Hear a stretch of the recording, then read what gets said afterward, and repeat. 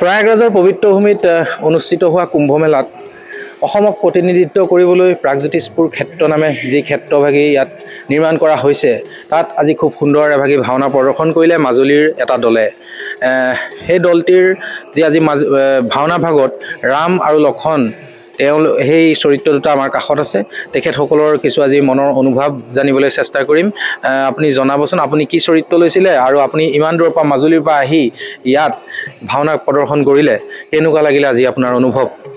নমস্কাৰ, মই আজি যি ভাওনাভাগী হ'ল তাত মই ৰাম লৈছিলোঁ, এই ৰাম বিজয় ভাওনাভাগী, আৰু বহুত ভাল লাগিলে কাৰণ ইমানখিনি অসমৰ ৰাইজৰো লগ পালোঁ আৰু ইয়াৰ ৰাইজো পাইছোঁ। সকলোৱে সঁহাৰি জনাইছে।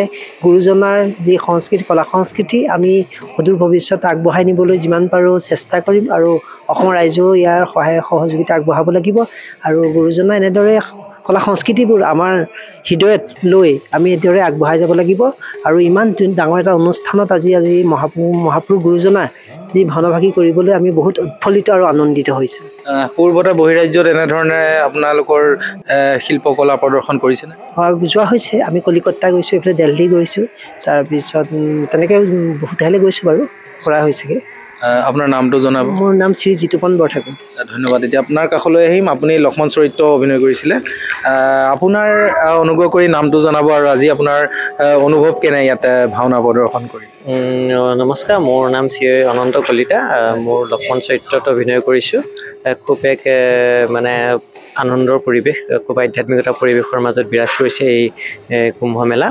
আৰু আমাৰ প্ৰাগজ্যোতিষ ক্ষেত্ৰ নামেৰে নামাকৰণ কৰিছে অসমক প্ৰতিনিধিত্ব কৰি। আৰু আচলতে আমাৰ গুৰুজনাৰ যিখিনি কৃষ্টি সংস্কৃতি ইয়াত আমি প্ৰদৰ্শন কৰিবলৈ পাই অতিশয় আনন্দিত হৈছোঁ। আৰু ইয়াৰ আমাক নিমন্ত্ৰণ কৰা মূলতে হৈছে কেশৱ দাস ডাঙৰীয়া, তেখেতে নিমন্ত্ৰণ কৰিছে আৰু নিমন্ত্ৰণ কৰাৰ ফলশ্ৰুতিত আমি এই নাটভাগ পৰিৱেশন কৰিবলৈ সুবিধা পালোঁ। আৰু আমাৰ গোটেই পৰিকল্পনাৰ ক্ষেত্ৰত আমাৰ শ্ৰী শ্ৰী সত্ৰাধিকাৰ ডক্টৰ পীতাম্বৰদেৱ গোস্বামী প্ৰভুৰ কথা স্বীকাৰ কৰিব লাগিব। তেখেতৰ তত্বাৱধানত, তেখেতৰ নেতৃত্বত আমাৰ ভাওনা দলটোৱে আহি এই প্ৰয়াগৰাজত আমাৰ গুৰুজনাৰ কৃষ্টি সংস্কৃতি প্ৰদৰ্শন কৰা হৈছে। আমি খুব আনন্দ আৰু সুখী, আৰু অসমবাসী ৰাইজৰ পৰা আশীৰ্বাদ বিচাৰিছোঁ যাতে গুৰুজনাৰ কৃষ্টি সংস্কৃতিখিনি আমি যাতে বিশ্বৰ বুকুত জিলিকাই তুলিব পাৰোঁ, তাৰ বাবে আপোনালোকে আমাক মানে আশীষ প্ৰদান কৰিব। ধন্যবাদ, বহুত বহুত ধন্যবাদ। দুয়োজনৰে উজ্জ্বল ভৱিষ্যত আমাৰ তৰফৰ পৰা কামনা কৰিলোঁ। ধন্যবাদ।